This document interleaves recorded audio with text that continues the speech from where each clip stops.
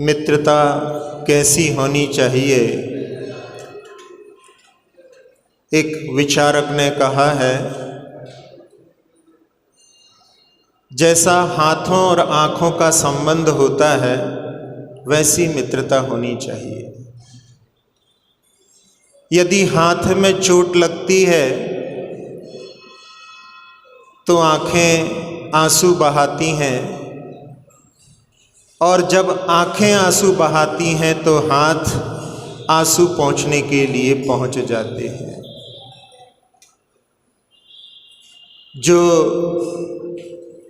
सुख में साथ दे वो सच्चा मित्र नहीं, जो दुख में भी साथ दे वो सच्चा मित्र कहलाता है। प्रश्नोत्तर रत्नमालिका में राजर्षि अमोघवर्ष कह रहे हैं, किम मित्रम, मित्र कौन है।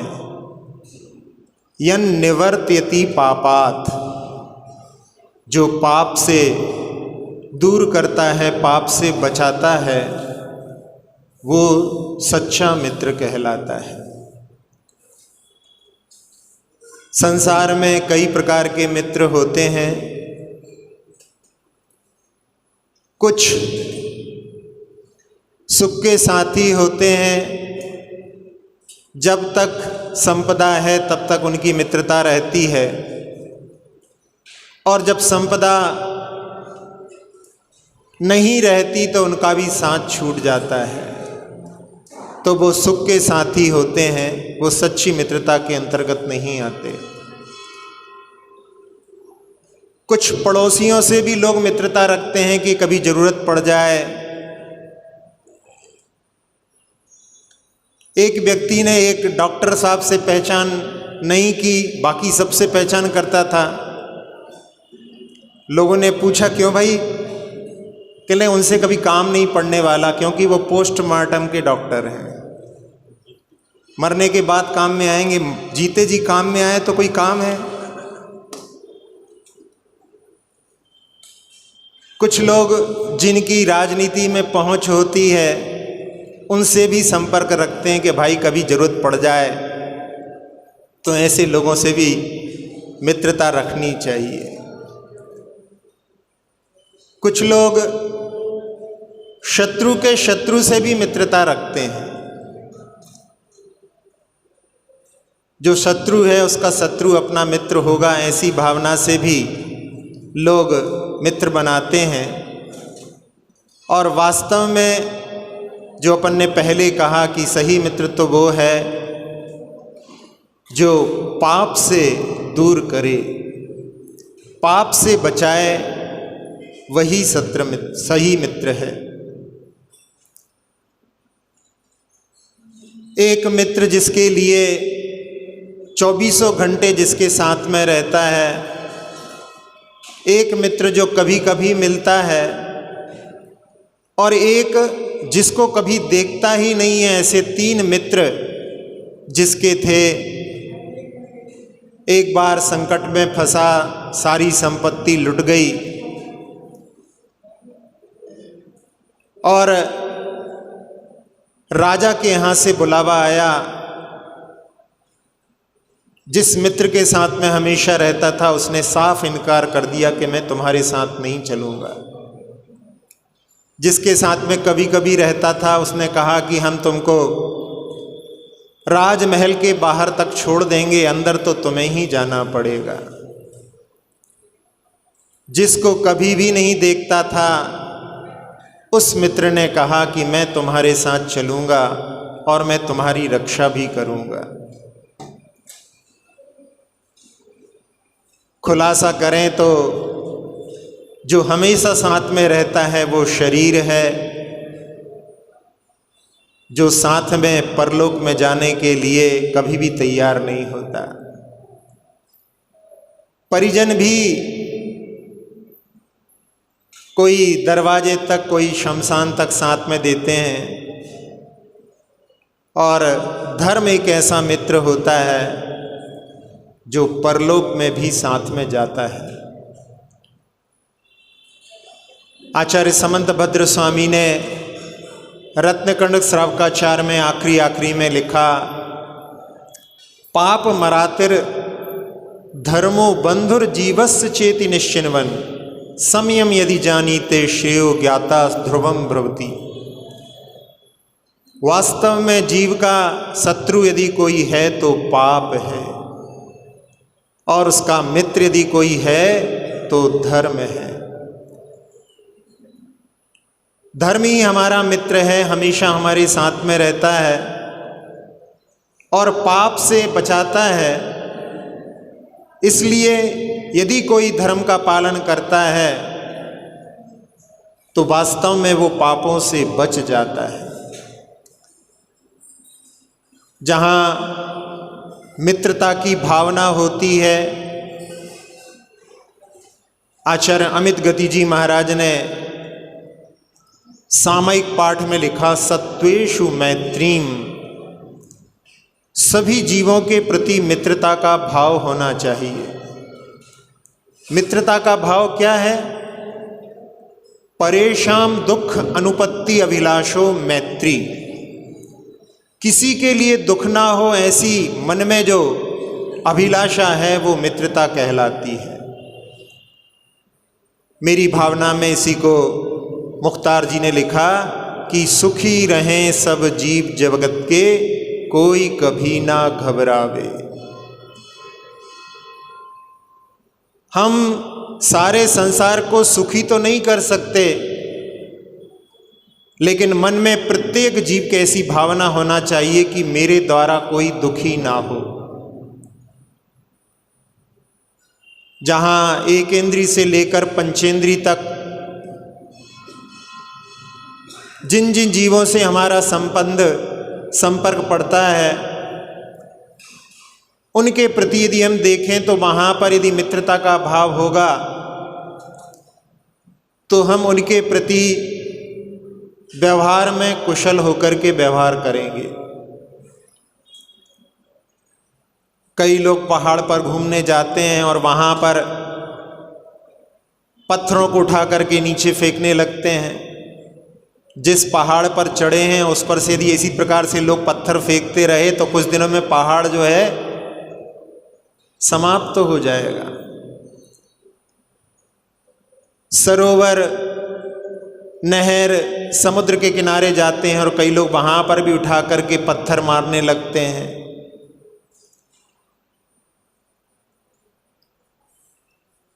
पटाखों को भी जो है छोड़ते समय में कितने जीवों को पीड़ा होती है, उस पर यदि दृष्टि नहीं रखते हैं तो वो भी हमारी सभी जीवों के प्रति मित्रता का भाव प्रदर्शित नहीं करती। कहीं पर झाड़ी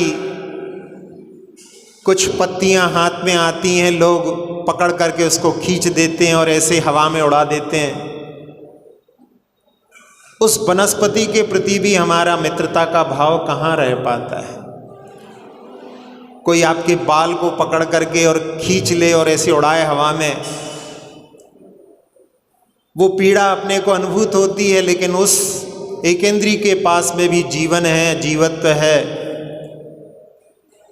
उसका भी यदि हम ध्यान रखें, जहाँ एपीजे जो आपके यहाँ प्रेसिडेंट हुए हैं, जब उन्होंने अग्नि मिसाइल का परीक्षण करना था उनको, तो उसके पहले उन्होंने 1 लाख वृक्षों का वृक्षारोपण किया था। एक बार कहीं पर रेस्ट हाउस बन रहा था और उनको पता पड़ा कि उसके कारण में एक बट का वृक्ष को काटा जा रहा है। उन्होंने इंजीनियर को बुला करके कहा कि थोड़ा सा यदि शिफ्ट कर लो तो वो बट वृक्ष बच सकता है। ऐसी जहाँ पर दृष्टि रहती है वो मित्रता की दृष्टि कहलाती है। कहते हैं कि जब वो अपने प्रेसिडेंट हाउस में जहाँ पर रहते थे, जब भोजन करने जाते थे, उसके पहले पशु पक्षी भी इस प्रांगण में रहते हैं, उनका भी भोजन का वो ख्याल रखते थे। सभी जीवों के प्रति मित्रता का भाव यदि हमारे मन में है तो व्यक्ति कभी भी पाप नहीं कर सकता। इसलिए सही मित्र तो सब जीवों के प्रति मित्रता का भाव जो हमारे साथ में हमेशा चलता है। जब श्री राम का राज तिलक हो गया, सबके लिए धन्यवाद ज्ञापित कर रहे थे, हनुमान के प्रति उन्होंने कहा कि हम इनके कभी काम ना आए। लोगों ने कहा कि ये आप ऐसा क्यों कह रहे हैं? कि ये मित्रता का भाव है, जब किसी के ऊपर संकट आएगा तब फिर हम उनके काम आएंगे, तो हम इनके काम ना आए, हमारी भावना ये है कि इनके ऊपर कभी भी संकट ना आए। दूसरों के जीवन में दुख ना आए, ऐसी भावना मित्रता की भावना होती है। एक व्यक्ति रात्रि के समय में एक गांव से दूसरे गांव की ओर जा रहा था। उस समय कोई परछाई उसके पीछे चलती हुई उसको नजर आई। चलता रहा। जब भोर होने को आई तो उसने उससे पूछा कि भाई कौन हो? तो उसने कहा कि मैं यमराज हूं। वैसे कोई यमराज होता नहीं, लेकिन ये तो रूपक है। तो ये थोड़ा सा घबरा गया और पूछा कि क्यों आए हो? तो कहले यहाँ पर किसी को लेने के लिए आए हैं। तो उसको थोड़ी सी राहत मिली कि मुझे तो नहीं बोला,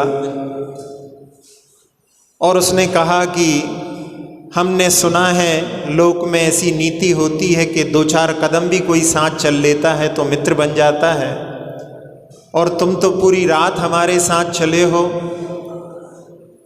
तो अपनी मित्रता निभाना, हमारे लिए कुछ रियायत दे देना। उसने कहा भाई जब वारंट कटता है आयु कर्म की समाप्ति का, तो फिर जो है हम एक पल भी देर नहीं करते। तो कहले कम से कम थोड़ा सा पहले संकेत दे देना कुछ।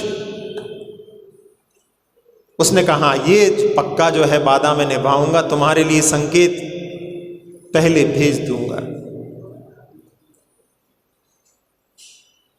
जब मृत्यु का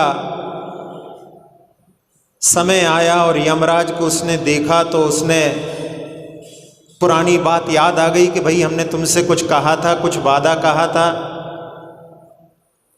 तुमने अपने वादे को नहीं निभाया। अरे कह लगे हम जो है कहते हैं उस पर अडिग रहते हैं, हमने आपको 4 बार पत्र भेजे थे। पहली बार हमने पत्र में कहा कि तुम्हारे बालों में सफ़ेदी आ रही है, तुमने 50 रुपये फेंके और जाकर के सैलून में जो है डाई करवा लिए। दूसरा पत्र हमने भेजा, तुम्हारी आंखों की नज़र कमज़ोर हो गई थी, लेकिन तुमने लेंस लगवा लिए। तीसरी बार तुम्हारे दांतों की बत्ती सी हिल गई, वो भी तुमने जाकर के सेट करवा ली।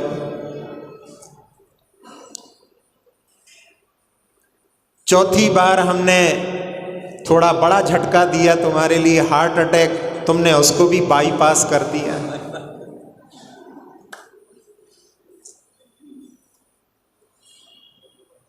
मित्र की बात चल रही है तो मित्र जो पापों से बचाता है वो मित्र कहलाता है।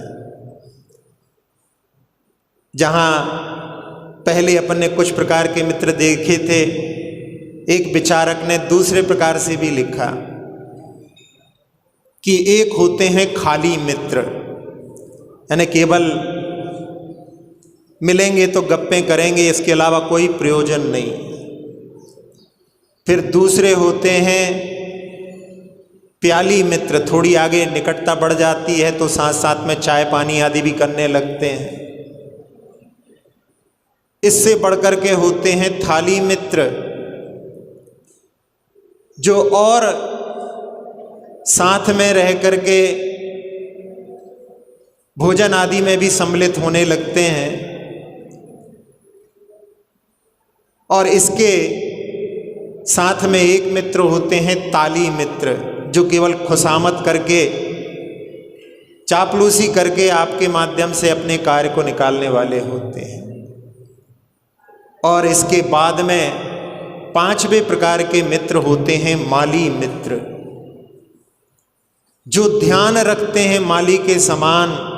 जहाँ पर पौधों का वृक्षों का संरक्षण माली किस प्रकार से करता है, उस प्रकार से खरपतवार जो दोषों को दूर करने के लिए और गुणों में वहाँ पर उनकी प्रशंसा करके उनकी वृद्धि करने में जो साथ देते हैं, वो माली मित्र कहलाते हैं। जहाँ आगम में यदि अपन विचार करें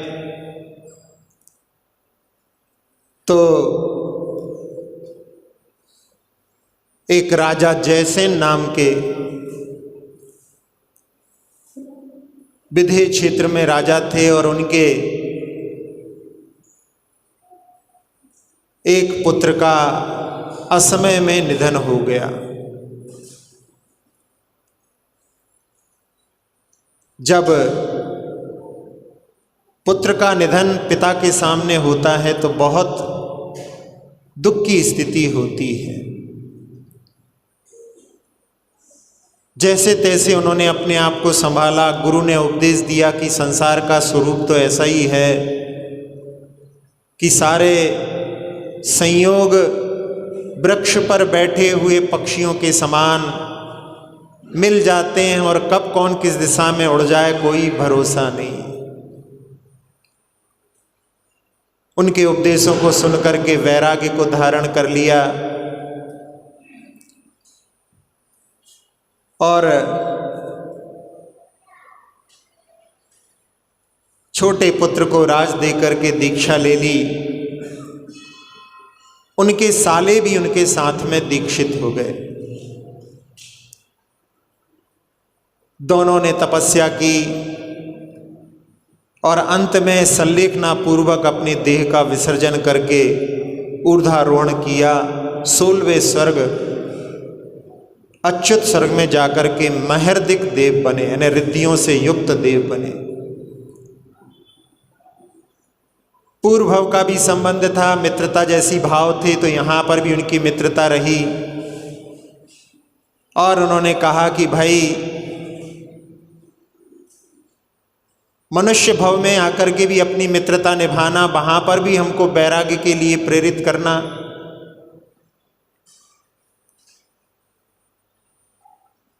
एक देव ने आकर के धरा पर जन्म लिया,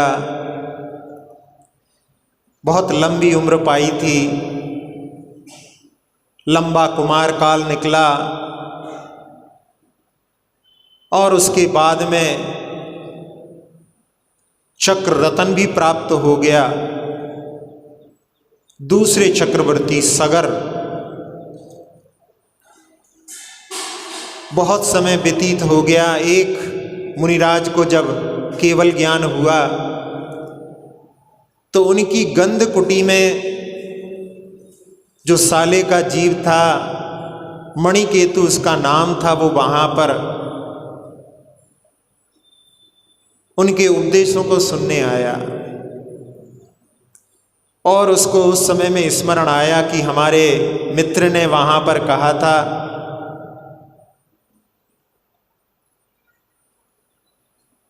तो जाकर के सगर चक्रवर्ती से मिले और उनको कहा कि अपन लोग पहले ऊपर साथ में चर्चा करते थे। उनकी उस बातों पर उस चक्रवर्ती ने ध्यान नहीं दिया। मणिकेतु ने सोचा कि अभी सुनने को तैयार नहीं है, अभी थोड़ा इंतजार करना चाहिए। पुनः दूसरी बार कुछ समय के अंतराल से वो युवा मुनि बनकर के वो देव उनके समीप आते हैं और उनको देख करके, बहुत ही सुंदर काया है और चारण रिद्धिधारी से युक्त उन मुनिराज को देख करके सगर चक्रवर्ती के मन में कि इस युवावस्था में कैसे आपने वैराग्य को धारण किया। उन्होंने भव के बारे में, शरीर के बारे में, भोगों के बारे में बतलाया, लेकिन पुत्रों के मोह के कारण में उस समय में भी वो सगर चक्रवर्ती के ऊपर प्रभाव नहीं पड़ा।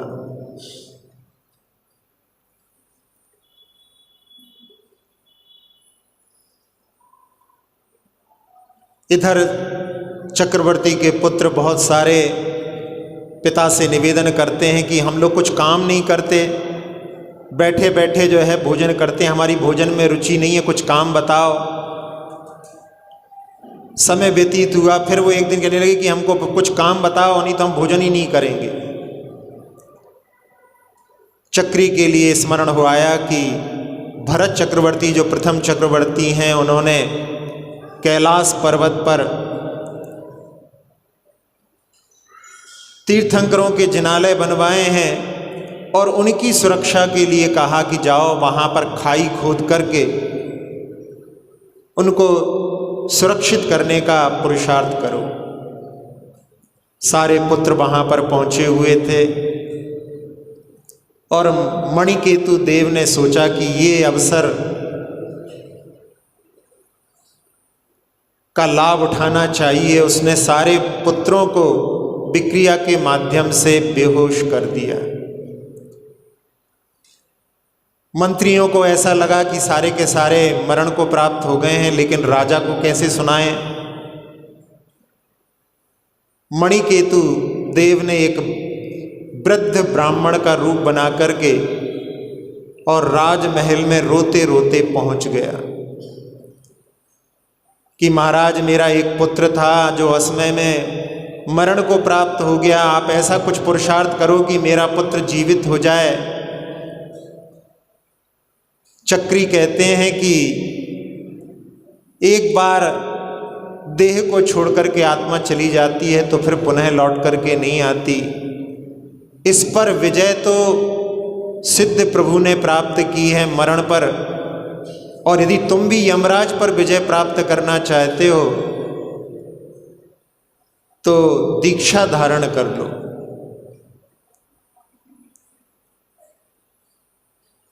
मणिकेतु देव उस ब्राह्मण के रूप में सोचता है कि सही दिशा में इनकी बुद्धि जा रही है, और उस समय में उसने कहा कि अभी अवसर है, गरम गरम तवा है। उसने कहा कि महाराज, मैं आपको एक खबर देना भूल गया कि अभी मैं बाहर से आ रहा था और मैंने भी कुछ सुना है कि आपके पुत्र, सुना है वहाँ गए थे। कहले हाँ हाँ वहाँ गए थे, मैंने भेजा है, क्या हो गया। कहले मैंने सुना है कि सारे के सारे पुत्र मरण को प्राप्त हो गए। सुनते ही सगर चक्रवर्ती बेहोश हो जाते हैं। फिर सिंचन करके सुगंधित पदार्थों के माध्यम से और पंखा झाल करके उनको जो है जैसे तैसे होश में लाते हैं। जैसे ही उनकी दृष्टि उस ब्राह्मण पर पड़ती है और जो शब्द कहे थे उस समय में उनके विचार करके वो भी वहाँ पर संसार के स्वरूप का विचार करते हैं और जो उससे कहा था वो स्वयं अपने लिए करने के लिए तत्पर हो जाते हैं।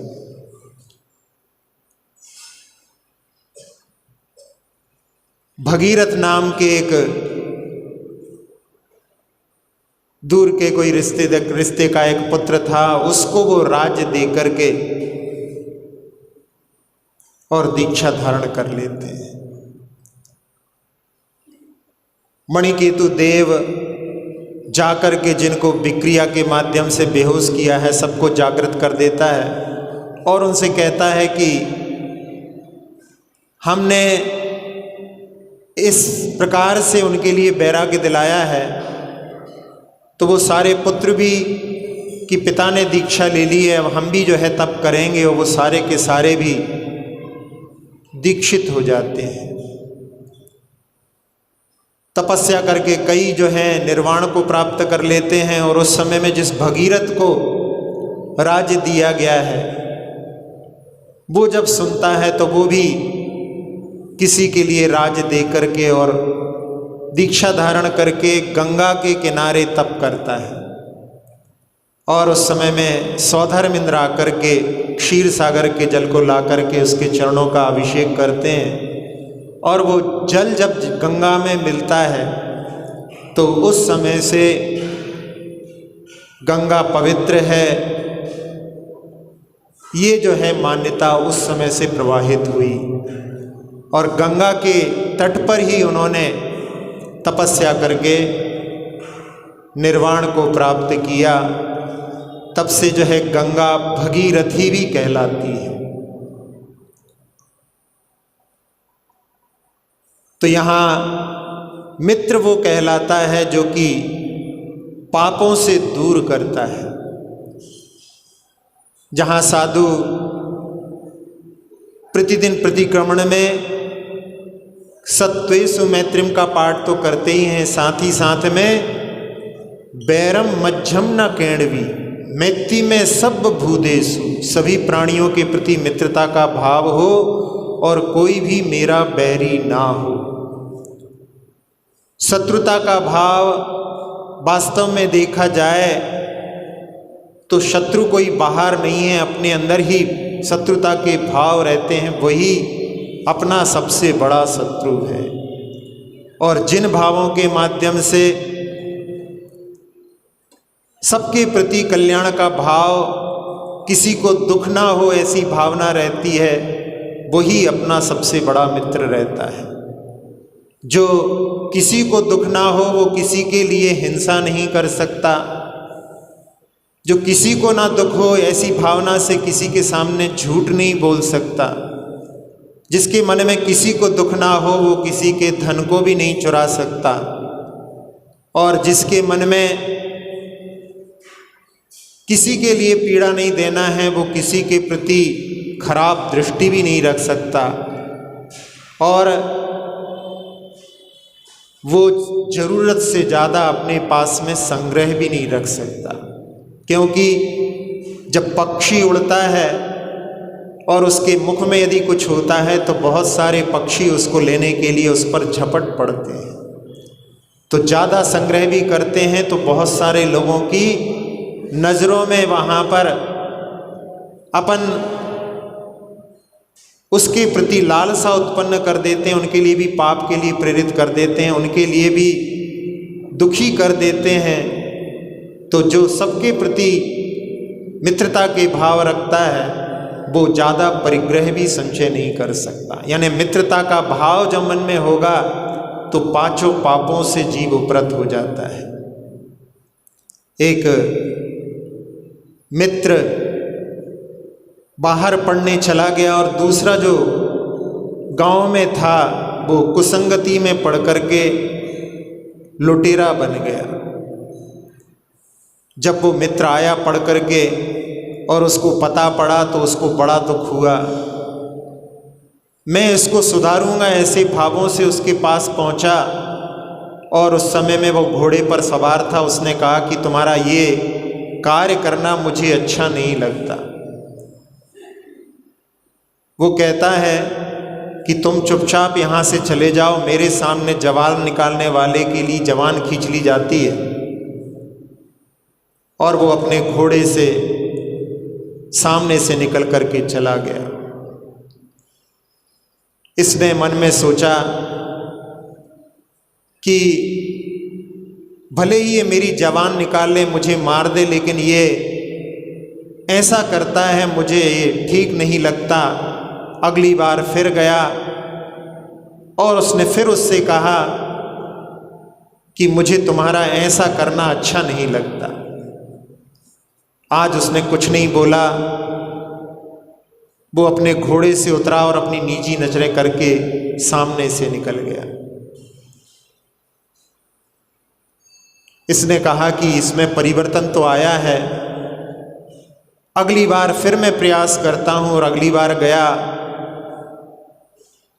उसको देख करके फिर उसने कहा कि तुम ऐसा क्यों करते हो, तुम बचपन के बातों को भूल गए।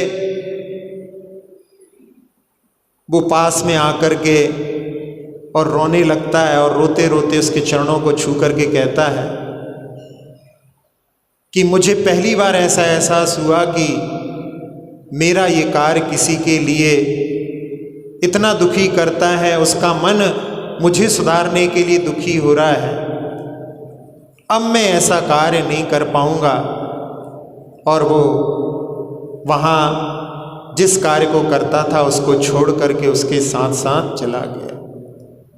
तो सही मित्र तो वही है जो कि पाप से दूर करे, और जो अपने लिए पाप के कार्य में लगाता है वो अपना मित्र नहीं शत्रु है। अपने लिए ऐसी जो भावना है वो राजर्षि अमोघ वर्ष प्रश्नोत्तर रत्न मालिका में दे रहे हैं कि किम मित्रम यन निवर्त्यति पापात्, जो कि पाप से दूर करता है वो अपना मित्र होता है।